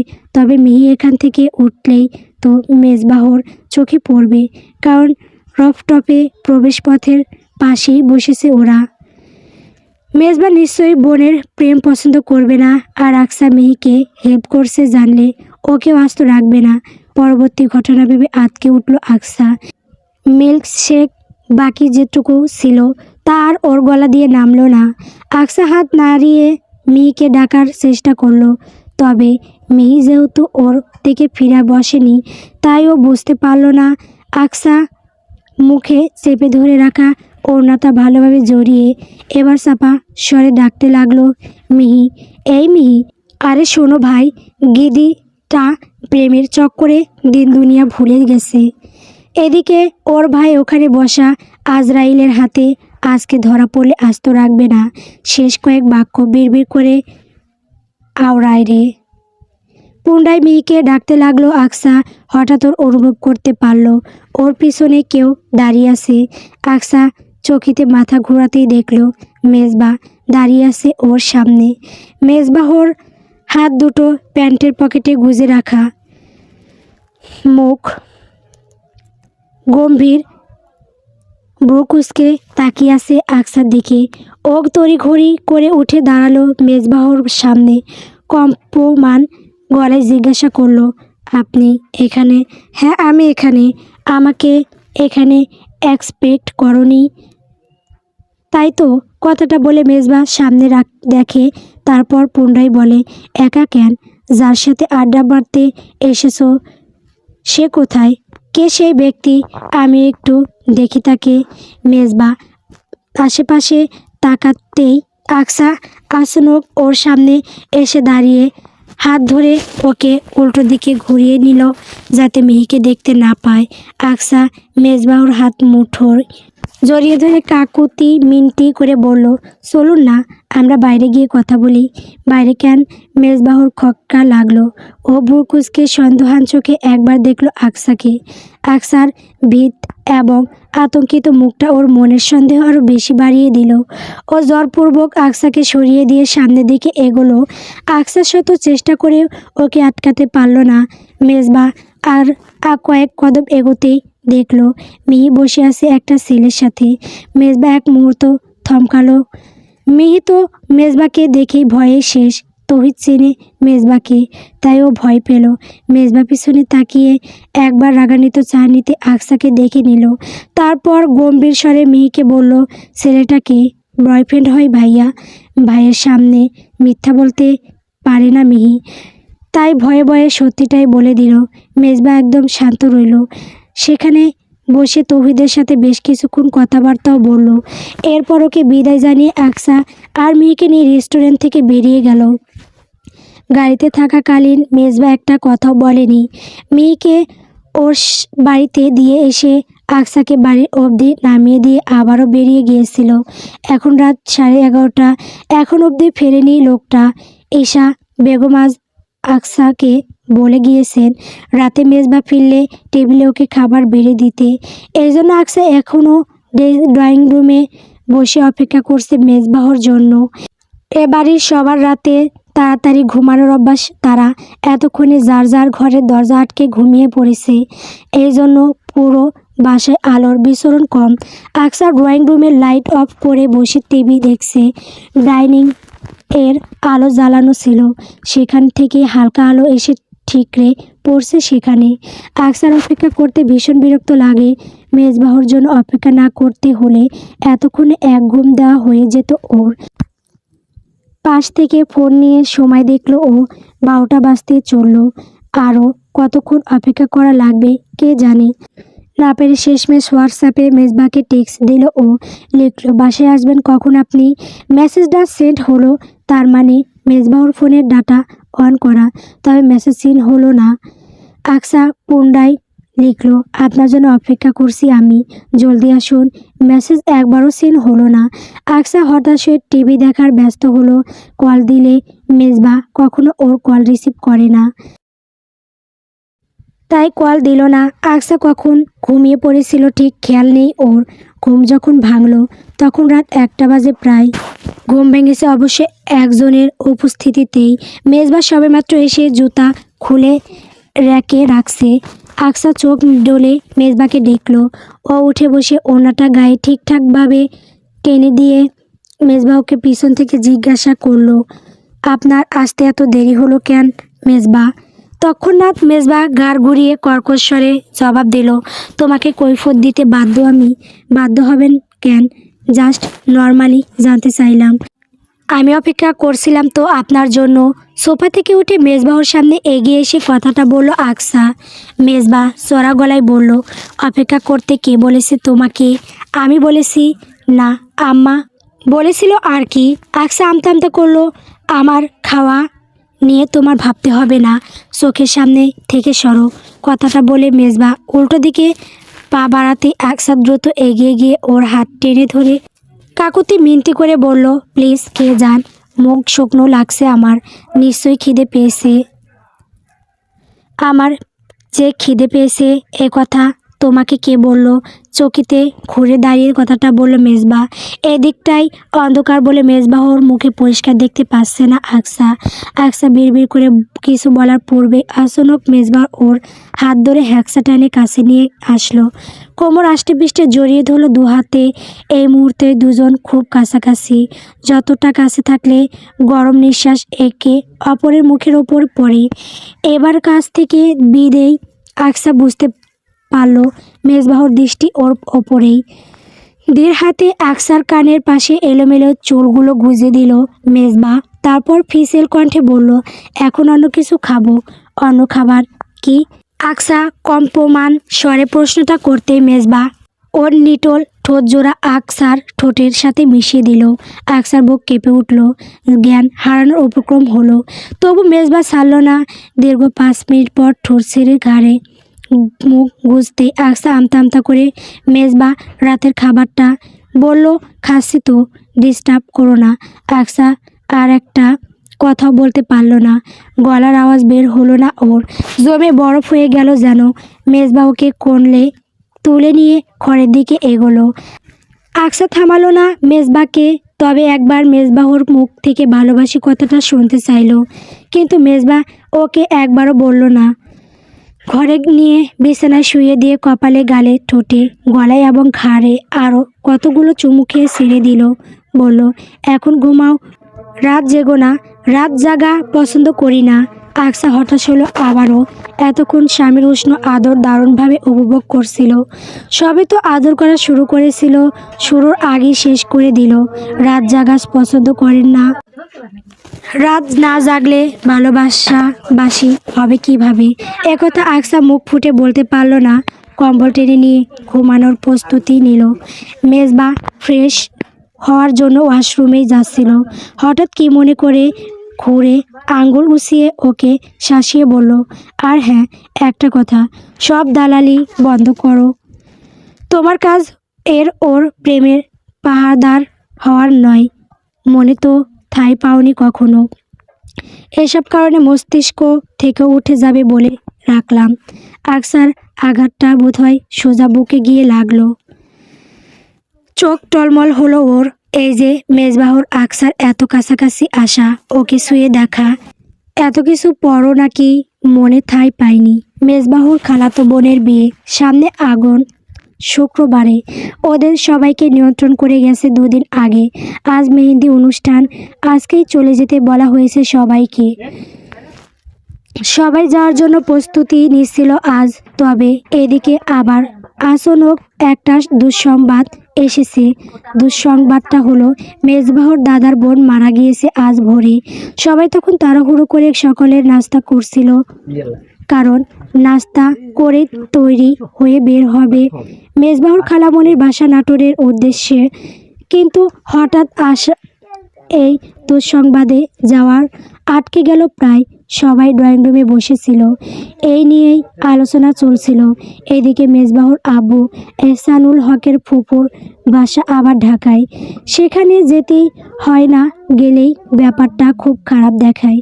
আর বিয়েতে না গেলেও নয়, আগে কথা দেওয়া হয়েছে। মেজবাহর আব্বু বললেন, যাওয়া জরুরি, তবে রাফিরার বিয়েতেও তো যেতে হয়।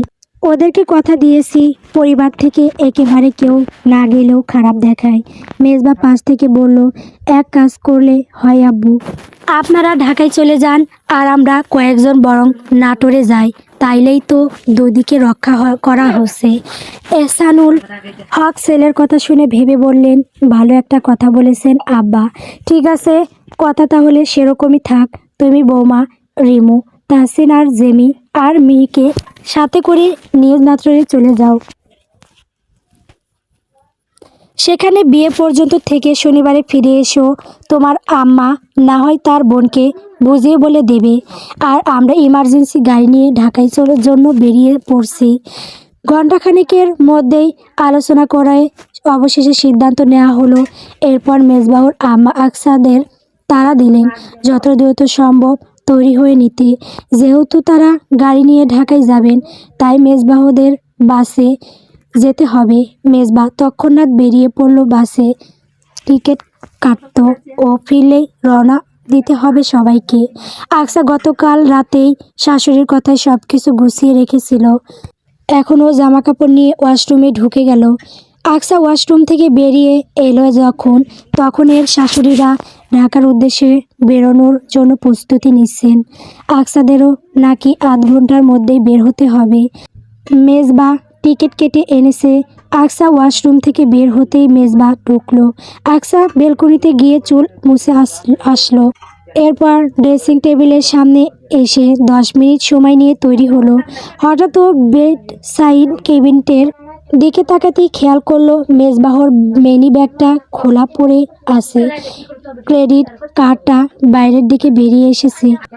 আকসা ভাবলো ওটা ভেতরে ভালোভাবে ঢুকিয়ে রাখবে। তাড়াহুড়ো যদি মেজবাহর ওটা নিতে মনে না থাকে, গুরুত্বপূর্ণ হতে পারে। আকসা চিরুনিটা ড্রেসিং টেবিলের ওপর রেখে এগিয়ে গেল কেবিনেটের দিকে। ম্যানিব্যাগটা হাতে তুলে নিয়ে ভেতরে খুলতে যাবে, তখনই পেছন থেকে একটা চড়া গলা শোনা গেল। মেজবাহর কণ্ঠস্বর। মেজবা হাতে তোয়ালে নিয়ে দাঁড়িয়ে আছে পেছনে।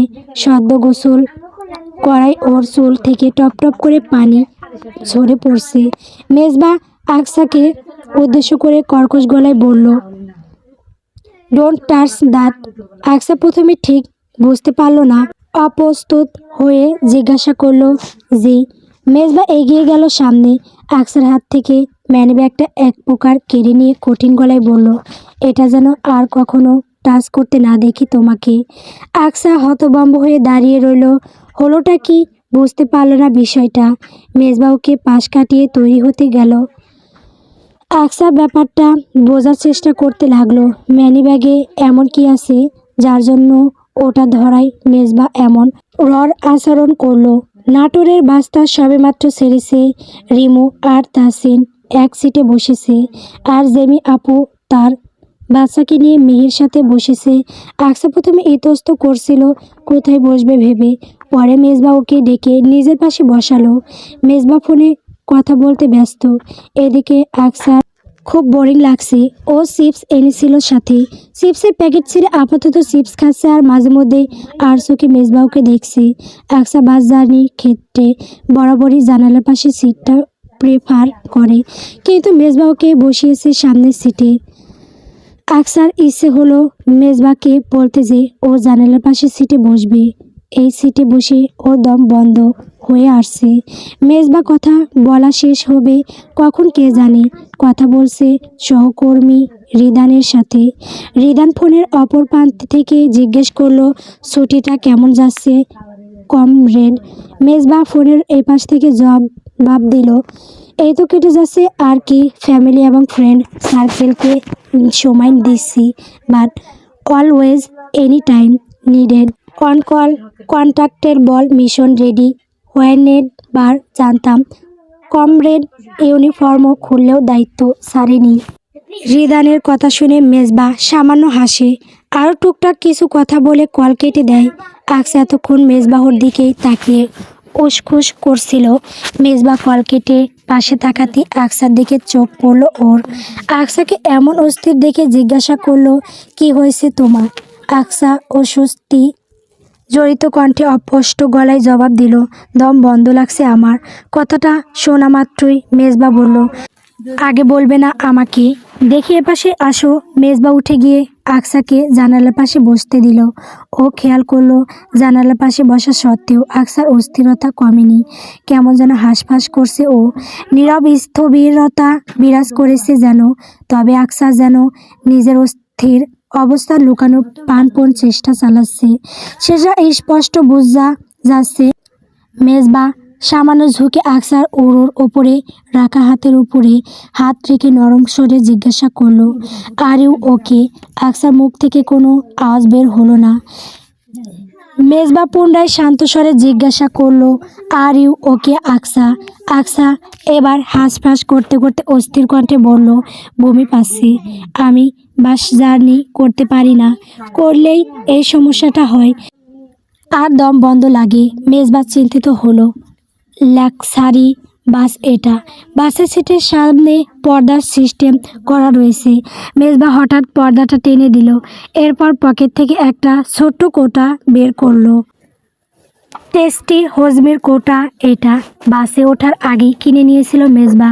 বাস জার্নি করার অভ্যাস প্রচুর ওর, এজন্য ওর আহামরি অসুবিধা হয় না। অভিজ্ঞতা থাকায় এইসব দরকারি জিনিস সাথে রাখে। মেজবা আকসার থুতনি ধরে মুখ তুলে ওর ঠোঁটের ফাঁক গলিয়ে পরপর দুটো হজমির ট্যাবলেট পুড়ে দিল। আকসা ধীরে ধীরে এগুলো চুষতে লাগলো। খাওয়া শেষ হতে মেজবা পানির বোতলটা লাগেজ থেকে বের করে আকসাকে পানি খাইয়ে দিয়ে এরপর বলল, এখন একটা ঘুম দেওয়ার চেষ্টা করো, আই হোপ ভালো লাগবে। আকসা কথাটা শুনে অসহায় মুখ করে তাকিয়ে রইল মেজবাহর দিকে। মেজবা প্রথমে ব্যাপারটা বুঝতে পারল না, পর মুহূর্তেই ধরতে পারলো বাসের সিটে আসলে হেলান দিয়ে ভালোভাবে ঘুমানো যায় না। এতে শান্তিতে ঘুম তো হবেই না, উল্টো আরও ঘাড় মাথা ব্যথা হবে, শরীরের জয়েন্টে জয়েন্টে যন্ত্রণা বাড়বে। মেজবা আকসাকে টেনে নিয়ে আসলো কলের মধ্যে। এরপর ওর মাথাটা জোর করে নিজের ওর ওপরে রেখে বলল, এবার ঘুমাও। আকসা বিস্ফোরিত চোখে তাকিয়ে রইল মেজবাহর দিকে। ধীরে ধীরে ওর বিস্ময় কাটলো, এটা স্বপ্ন নয়, সত্যি। আকসা অনেক কিছুর বিড়বিড় করতে মেজবাহর কোলের মধ্যে উষ্ণ আরাম পেয়ে ঘুমে ডুবে যেতে লাগলো। করতে নাটোর পৌঁছেছে তখন দুপুর প্রায় হয়ে গেছে। মেজবাহর খালামণি আগেই জেনেছেন পুরো ব্যাপারটা। বাড়িতে বিয়ের আমেজ, চারদিকে লোক, ডাইনিংয়ে বসে শান্তিতে খাওয়ার জো নেই। তাই তিনি মেজবাহুদের জন্য ভেতরে একটা নিরিবিলি ঘরে খাবারের ব্যবস্থা করেছেন। ওদের লাগেজগুলো আপাতত এই ঘরেই রাখা হয়েছে। মেজবাহুর খালা আকলিমা সুলতানা ছুটেছেন বোনের ছেলেসহ বাকি সবার জন্য ঘর গোছাতে। বাড়িটা দোতলা, নিচতলা এবং দোতলা মিলিয়ে প্রায় 13-14টা ঘর। বাড়ির সামনে বড় উঠোন, উঠোনের এক কোণে আবার হাঁস মুরগির খামার। বাড়ির পেছন দিকে পুকুর, মফস্বল। শহরের মধ্য গ্রামীণ আবহের মাঝে গড়ে ওঠা মান্দা আমলে এই বাড়িটি ভীষণ সুন্দর। এটা আকলিমা সুলতানা শ্বশুরের তৈরি বাড়ি। নিচতলা তার বড় ভাসুর পরিবার সহ থাকেন, আর দোতলায় তারা। তবে রান্নাবান্না সহ পারিবারিক সকল সিদ্ধান্ত একত্রেই নেওয়া হয় বলা চলে, যেহেতু এটা একটা যৌথ পরিবার। আকসার শরীর এখন মোটামুটি ভালোই লাগছে। ও মেজবাহর পাশে বসে আছে। তাসিন আর রিমু এসে ফোনে লুডো খেলতে ব্যস্ত। মেহি চোখে চশমা লাগিয়ে বসে প্রেমিকের সাথে কথা বলছে টেক্সটে। এদিকে জেমি আপু তার ছেলেকে সামলাচ্ছেন। মেজবাহর বিরক্তি নেই, দিব্যি বসে হেডফোন লাগিয়ে আজকের নিউজ শুনছে। তবে আকসার বোরিং লাগছে খুব। কতক্ষণ এভাবে একা বসে থাকা যায়? তবে মেজবান বাড়ি হওয়ার কিছু বলতেও পারছে না ও। বাইরে গান বাজনা চলছে। আসার সময়ের ওরা দেখেছে ছাদ এবং উঠোন সাজানো হচ্ছে। ছাদে গান বাজনা চলছে, পুরো বাড়িতে লোক সমাগম।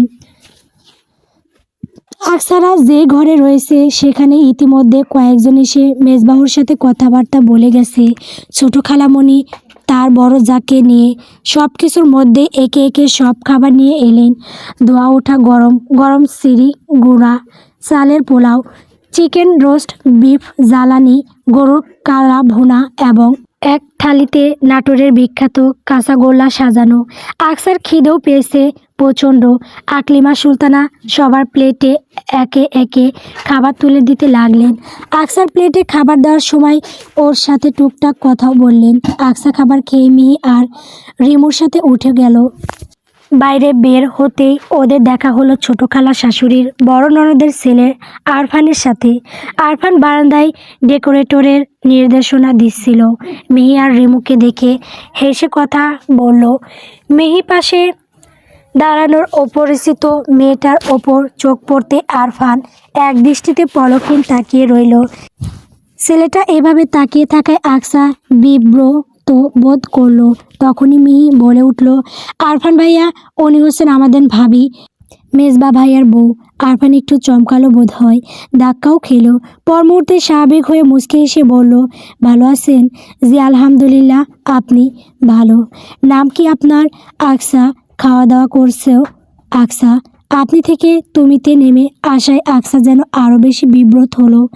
আড়ালে বুক কুঁচকে দেখলো ছেলেটাকে। আকসা চটজলদি মেয়েকে নিয়ে সেখান থেকে বাইরের টিঠানের চলে গেল। যাওয়ার সময় ওর মনে হলো পিছন থেকে বোধ হয় ছেলেটা ওকে এক দৃষ্টিতে দেখছে। রাতে মেয়েদের মেহেন্দির আসর বসেছে মারিয়ার ঘরে।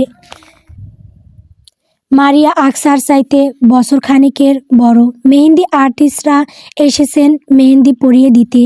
মেয়েরা সবাই আসরের মাঝে বসেছে মেহেন্দি দেওয়ার জন্য। আকসা প্রথম বসতে চায়নি। মারিয়ার অনুরোধই শেষমেশ মেহেন্দি দিতে বসেছে। আকসা মেয়ের কাছ থেকে শুনল মেজবা ওর খালাতো ভাইদের নিয়ে বাইরে বেরিয়েছে দরকারি কাজে, ফিরবে কখন তা জানা নেই। এই জন্য আকসা নিশ্চিন্তে বসে আছে। মারিয়ার ঘরটা মেহেন্দি থিমে সুন্দরভাবে সবুজ এবং সাদার কম্বিনেশনে ডেকোরেশন করা হয়েছে। আলো জ্বলছে চারিপাশে, তাজা ফুলের ঘ্রাণ নাকে এসে ঠেকছে। আকসা সুন্দর শাড়ি পরাতে পারে মারিয়াকে ওই শাড়ি পরিয়ে দিয়েছে। তারপর নিজে একটা সবুজ কাঞ্জিভরম পরেছে। এই ঘরে বর্তমানে কোনো পুরুষ মানুষের প্রবেশ করা নিষেধ, কিন্তু এরই মধ্যে আরফান নামক ছেলেটা বেশ কয়েকবার নানান দরকারে এখানে এসেছে।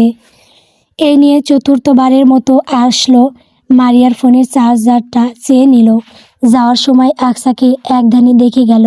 যথাযথ চেষ্টা করলো আকসা এই ব্যাপারটা পাত্তা না দেওয়ার। রাত তখন প্রায় 1:45। সবাই সাথে বসে আছে। আকসা পাটির ওপরে বসে আছে মিহির পাশে। ওর পাশে তাহসিন, রিমু, জেমি আপু, মারিয়ার ফুফাতো এবং চাচাতো ভাই বোনরা। আরফানও শামিল আছে এই আড্ডায়। মাঝখানে বাস্কেটে ঝরা পেঁয়াজু, নাঙ্গা সিঙ্গারা সহ বেশ কিছু ভাজা খাবার রয়েছে। আজকের অর্ধেক রাতটা এখানে আড্ডা দিয়ে কাটানোর পরিকল্পনা হয়েছে। কারোর চোখে ঘুম নেই। মারিয়া সবাইকে বলছে আগামীকাল কী করা হবে, ও কেমনভাবে সাজবে। তাসিন আর রিমু গল্প করছে। মিহি একবার জেমি আপুকে আরেকবার আকসাকে খোঁচাচ্ছে। মারিয়ার কাজিনরা সবাই নিজেদের মধ্যে কথাবার্তা বলছে। সবাই বেশ আমোদে থাকলেও আকসার অস্বস্তি হচ্ছে। আরফান ছেলেটা চুপচাপ বসা, হাতে ফোন। তবে ফোন হাতে থাকলেও তার মনোযোগ আকসার দিকে। সকলের অগোচরে এক ধ্যানে আকসাকে দেখছে। আকসার ইচ্ছে হচ্ছে এখন এখান থেকে উঠে ঘুমাতে চলে যেতে, তবে সবাই এখানেই আছে বলে আর যেতে পারছে না। আকসা চুপচাপ অপেক্ষার প্রহর শুনছে কখন যে এই আড্ডা শেষ হবে। তখনই ছাদে মেজবাহরা আসলো। মেজবাহুর সাথে ওর 2 চাচাতো ভাই এবং প্রতিবেশী আরও 2টো ছেলে। ওরা এসে এক পাশে বসে কম্বল টেনে গায়ে জড়িয়ে নিল। সামনে আগুন পোহানোর জন্য গরম কয়লা রাখা ছিল মালসায়, সেটা টেনে নিল। ওরা সবেমাত্র বাইরে থেকে এসেছে। ঠান্ডা প্রায় নেই বললেই চলে, তবে অতিরিক্ত গরম পোশাক না নেওয়ার কারণে ওদের একটু ঠান্ডা বোধ হচ্ছে। আকসা অনেকক্ষণ মেজবাকে দেখেনি। ওকে দেখার জন্য ভেতরে ভেতরে ভীষণ বেকুল হচ্ছিল সারাটা দিন, তবে সেটা মুখে প্রকাশ করতে পারেনি। লোকটা এমনিতেই ওর চোখের সামনে সবসময় থাকে না, সারাক্ষণ এদিক ও সেদিক ছেলে পেলে নিয়ে আড্ডা দিয়ে বেড়াবে। মেজবা বোধহয় ছুটিতে বাসায় ফিরলে এমনই করে, আবার ক্যান্টনমেন্টে ফিরে গেলে কঠোর রুলস অ্যান্ড রেগুলেশনসের মাঝে ডুবে যায়। তখন এসব কিছুই সে চেনে না। আকসার সোজাসুজি শাড়িতে মেজবা বসেছে। ঠান্ডা লেগেছে, অথচ লোকটা শুধুমাত্র একটা জলপাই রঙের টি-শার্ট, প্যান্ট এবং কালো রঙের পকেট পরিহিত। হ্যাংলা শরীর, অথচ বডির মাসাল দেখো। হাতের মাসাল টি-শার্টের কারণে প্রকাশিত হয়ে আছে। ওগুলো দেখেই তো এখানে উপস্থিত যে কোনো মেয়ে আকৃষ্ট হবে। আকসা সব কথা ভেবে ভেবেই না চাইতেও বারবার বুক উগড়ে ফেলছে। মেজবাহর দিকে সরাসরি সরু চোখে তাকিয়ে আছে ও। ছাদে একটা আলো আঁধারির পরিবেশ বিরাজ করছে। হঠাৎ মেজবাহুর চোখে আকসার উপরে পড়ল, বসলো। এবার আকসা নড়েচড়ে মেজবাহুর ওই দৃষ্টিতে ওর চোখে পাতা কেঁপে উঠল। মেজবা বউ উঁচিয়ে ওকে যেন জিজ্ঞাসা করলো কি হয়েছে। আকসা বুঝতে পেরেও কিছু বলল না, না বোঝার ভান করে অন্যদিকে তাকিয়ে রইল। তখনই নিচতলা থেকে মারিয়ার ফুপু এসে আরফানের হাতে মিষ্টির প্যাকেট ধরিয়ে দিয়ে সবাইকে দিতে বলে চলে গেলেন। আরফান একে একে সবার হাতে মিষ্টি তুলে দিতে লাগলো। মেজবা স্বভাবতই আমি মিষ্টি খাই না বলে ভদ্রতাসূচক হেসে নাচক করে দিল। সবাইকে দেওয়া শেষে এবার একেবারে কোনায় বসা আকসার দিকে মিষ্টি এগিয়ে দিতেই আকসা না করে বলল, এখন খাবো না। আকসার আসলে এখন কিছুই ভালো লাগছে না। এর জন্য পছন্দের মিষ্টি দেখেও ওর অভক্তি হলো।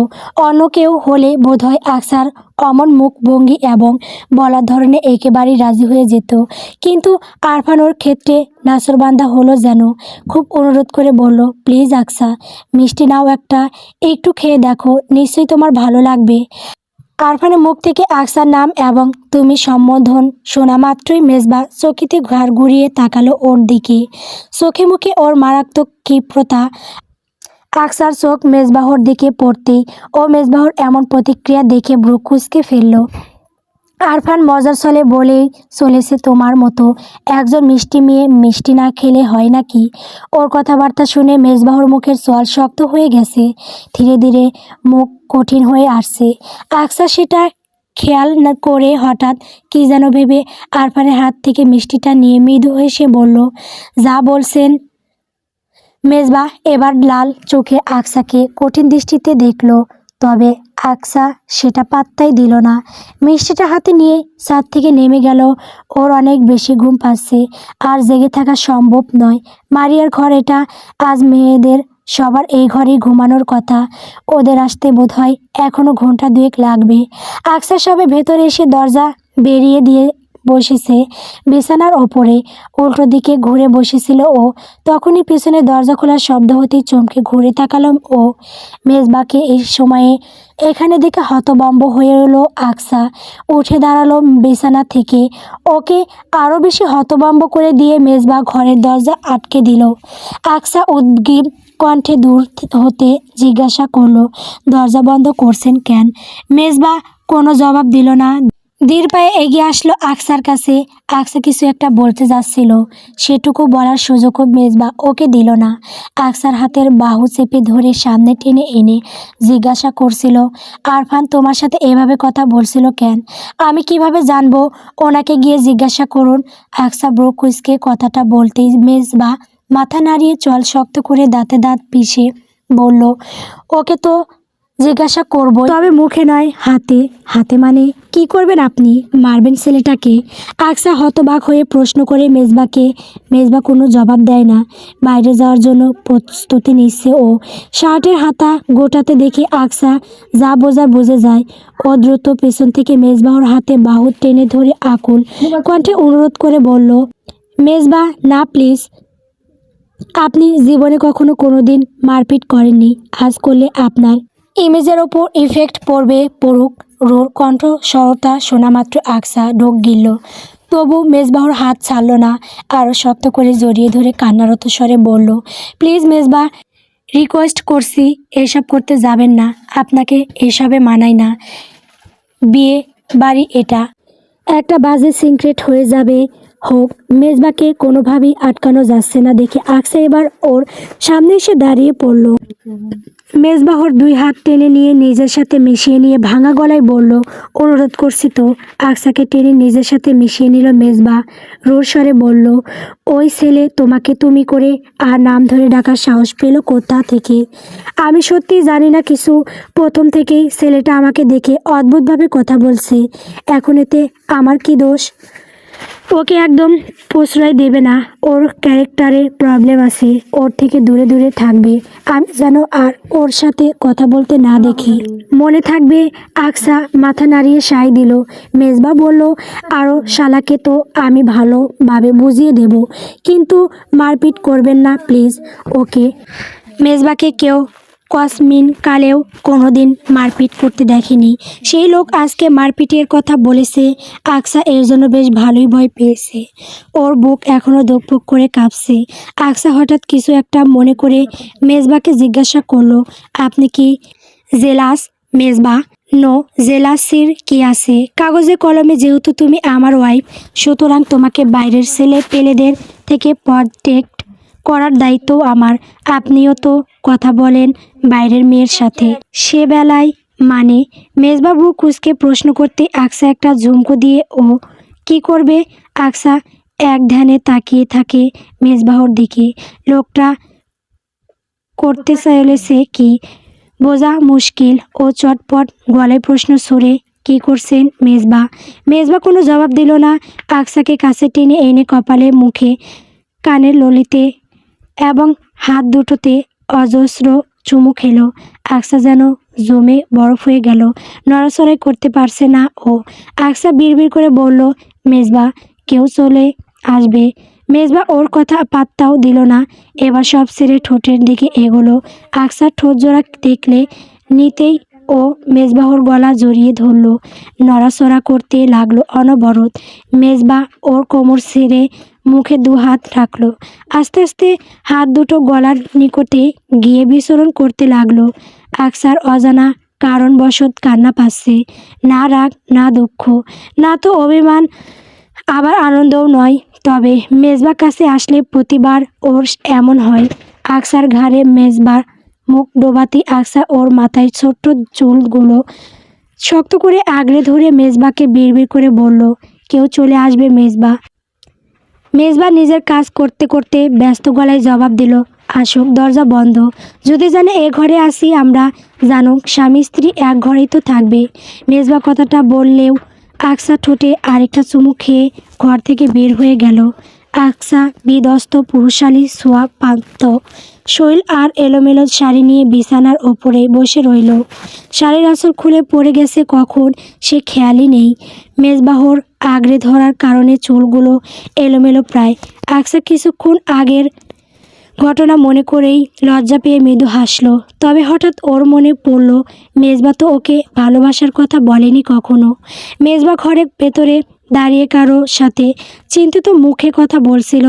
আকসা গিয়ে দরজার কোণে দাঁড়িয়ে শুনতে লাগলো। মেজবা ফোন কানে ধরে আছে। ফোনের ওপাশ থেকে শুধু একটা বাক্য বলা হলো, major report, Chittagong cantonment 0700 classified, a ডিহি call is being sent for you, get ready. কথাটা বলেই ফোনটা সঙ্গে সঙ্গে কল কেটে দেওয়া হলো অপর প্রান্ত থেকে। মেজবা দ্রুত অন্য একটা নাম্বারে কল করলো। ফোনের ওপাশের ব্যক্তি কল রিসিভ করতেই মেজবা এপাশ থেকে জিজ্ঞাসা করলো, commander, is the situation too critical, is this a counter terror operation? ফোনের ওপাশ থেকে কি বলা হলো তা আকসা শুনতে পেল না। তবে যাই বলা হোক না কেন, ব্যাপারটা যে খুব জটিল সেটাও বুঝতে পারল। কারণ কথা শেষ হতেই মেজবা দ্রুত ওর ইউনিফর্ম নিয়ে ওয়াশরুমে ঢুকে গেল। আকসা প্রথমে মেজবা হাত ঘড়িতে সময় দেখে সে শক্ত কথাটা বলে তাড়াহুড়ো করে কাঁধে ব্যাগটা নিল। মেজবা যাওয়ার জন্য পা বাড়িয়ে কি মনে করে আবার হঠাৎ থমকে পিছনে ঘুরে দাঁড়িয়ে সবার উদ্দেশ্যে বলল, আমি যদি আর ফিরে না আসি তবে কখনো যেন আমার কোনো ছবি বাসায় রাখা না হয়। সব ছবি পুড়িয়ে ফেলবে। সবাই নিজের খেয়াল রাখো আর স্ট্রং থেকো। মেজবা সবার উদ্দেশ্যে কথাটা বলল। ও তো এমন কথা কখনো বলে না, কোনো মিশনের আগেও নয়। তবে এবার কেন বলছে?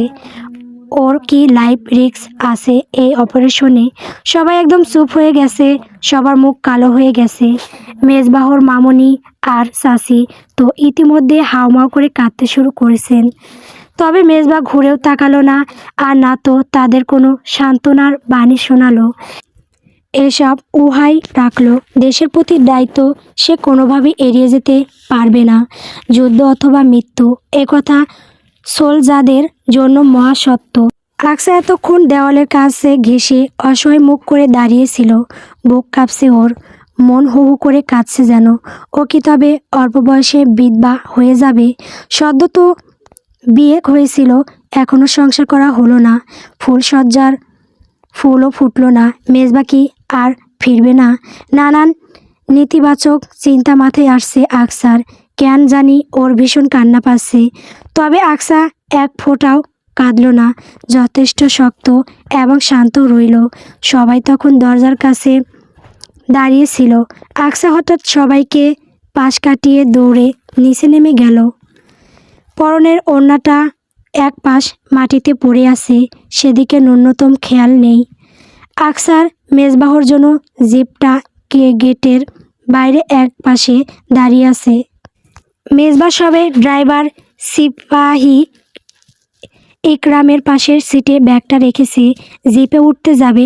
তখনই মেজবাহর প্যান্টের পকেট থেকে ম্যানিব্যাগটা খসে নিচে পড়ে গেল। আকসা দূর থেকে দৌড়ে আসছিল, ম্যানিব্যাগটা পড়ে যেতে দেখেছে ও। তবে মেজবা প্রথমে খেয়াল করেনি। আকসা কাছে এগিয়ে আগেই মেজবাহর এসে ম্যানিব্যাগটা তুলে নিল। ম্যানিব্যাগটা হাতে নেওয়ার মাত্র এবার সেটার ভেতরটা খুলে যেতেই বিস্ময়ে হতবাক হয়ে গেল ও। মেজবাহর ম্যানিব্যাগের পকেটে আকসার ছবি, তাও আবার বর্তমান সময়ের নয়, বরং 6 বছর আগের এই ছবিটা আকসা স্কুলের কোনো এক বার্ষিক সাংস্কৃতিক অনুষ্ঠানে বন্ধুর ক্যামেরা তুলেছিল। সেই ছবি মেজবাহর মিনি ব্যাগে কবে থেকে রয়েছে এই ছবি? কত আগে থেকে? 6 বছর নাকি আরও পরে? আকসা ভেবে কোনো উত্তর পেল না। মেজবা আকসাকে দেখে শান্ত রইল। ম্যানিব্যাগটা হাত থেকে টেনে নিয়ে পকেটে রাখলো। মেজবা ওকে জিজ্ঞাসা করলো, কিছু বলবে? বলে কুইকলি বলো, আমার হাতে টাইম কম। আকসার মনে অনেক কথা, অনেক প্রশ্ন জমে আছে, কিন্তু এই মুহূর্তে এত কথা বলা সম্ভব নয়। ও শুধু মেজবাকে প্রশ্ন করলো, মেজবা, আমার কানের দুলটা, ওটা আমার ইউনিফর্মের বুক পকেটে আছে, সাথেই থাকুক। যদি এই মিশন থেকে জীবিত ফিরে না আসি, তাহলে ওই দুলটা আমার ইউনিফর্মের পকেটে রেখে যন্ত্রণা সহকারে তুলে রেখো। তার মানে মেজবা আগে থেকেই জানতো তাকে খুব দ্রুত ফিরে যেতে হতে পারে। নিজের জীবন সংশয় সম্পর্কেও জানতো লোকটা। আকসার ভেতরটা ভেঙে চুরমার হয়ে যেতে লাগলো। কান্না এসে গলা ধরা পাকিয়ে গেল। ও ভাঙা কণ্ঠে বলার চেষ্টা করলো, মেজবা, এমন কথা কেন? মেজবা ওকে আর কিছু বলতে দিল না, বাধা দিয়ে বলল, ভেঙে পড়ো না, বি স্ট্রং। সোলজারদের স্ত্রীদের অলওয়েজ স্ট্রং থাকতে হয়। যে কোনো পরিস্থিতি মোকাবেলা করার মানসিকতা থাকতে হয়। মেজবাহর কথা শুনে আকসা এবার সত্যি হাউমাউ করে কান্না করতে লাগলো। মেজবা অপেক্ষা করলো, জিপে ওঠার জন্য সামনে এগিয়ে গেল। আকসা মনে প্রাণে চাইল মেজবা অন্তত একবার ওকে ভালোবাসি শব্দটা বলুক। বিদায়বেলা এতটা যন্ত্রণাদায়ক হয় কেন? আকসাকে বিস্মিত করে দিয়ে মেজবা হঠাৎ পিছনে ঘুরে এগিয়ে এলো ওর সামনে। তারপর আকসাকে কিছু বলার সুযোগ না দিয়ে আচানক ওর মুখ দিয়ে হাতে চেপে ধরে ঠোঁটে একটা গাঢ় চুমু খেয়ে ছেড়ে দিয়ে বলল, আলবিদা প্রিয়তমা। সমাপ্ত। গল্প সীমান্ত রেখা। গল্পটি কেমন হয়েছে কমেন্ট করে বলবেন। নতুন নতুন গল্প পেতে আমার চ্যানেলটিকে সাবস্ক্রাইব করবেন। ধন্যবাদ।